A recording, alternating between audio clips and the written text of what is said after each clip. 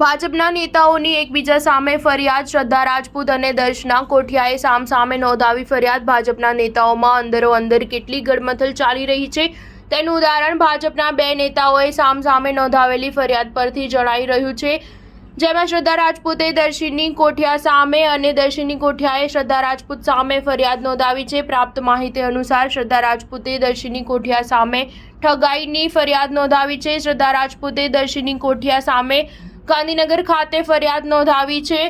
શ્રદ્ધા રાજપૂતે દર્શિની સામે 5 લાખ રૂપિયાની છેતરપિંડીની ફરિયાદ દાખલ કરાવી છે। ફરિયાદમાં શ્રદ્ધા રાજપૂતે દર્શિની કોઠિયાને 4% વ્યાજે નાણાં આપ્યા હોવાનું જણાવ્યું છે। હાલમાં આ બંનેની સામસામે થયેલી ફરિયાદ અંગે તપાસ ચાલી રહી છે। સ્ટાર ન્યૂઝ 7 હંમેશા સચ્ચાઈની સાથે।